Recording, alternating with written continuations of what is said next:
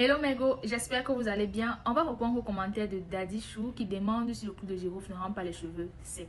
Déjà, j'ai eu à faire plusieurs vidéos où je parlais de l'utilisation du clou de girofle, que ce soit en infusion ou en macérat huileux pour faire pousser les cheveux.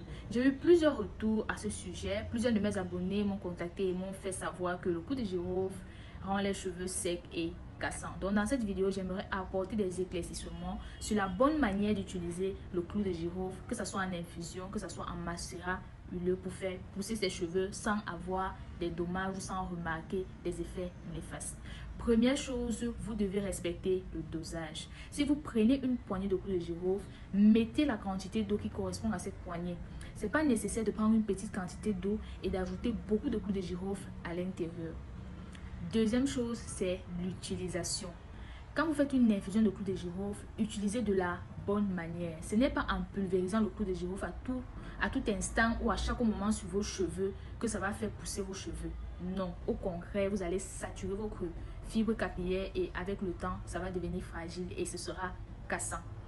Donc, utilisez même 3 fois par semaine, c'est largement suffisant. Ce n'est pas nécessaire de pulvériser à chaque fois sur les cheveux. Troisième chose, c'est mettez toujours du beurre de karité ou du beurre de cacao ou une huile après avoir pulvérisé l'infusion de clou de girofle sur vos cheveux. Donc après avoir aspergé, vous prenez un peu d'huile, vous passez dessus. Quatrième chose, c'est la conservation. Conservez bien votre infusion de clou de girofle.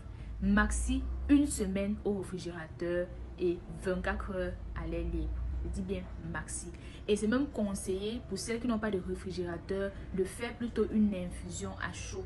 C'est-à-dire de bouillir le clou de girofle et après d'utiliser, parce que lorsqu'on bouillit, ça tue beaucoup de microbes. Si après avoir appliqué ces points, vous constatez toujours que vous avez des problèmes avec le clou de girofle, ça veut tout simplement dire que vos cheveux n'acceptent pas le clou de girofle. Alors vous changez tout simplement. Vous changez, vous arrêtez de l'utiliser, vous cherchez un autre ingrédient, vous pouvez même utiliser maintenant du romarin pour vous faire pousser les cheveux.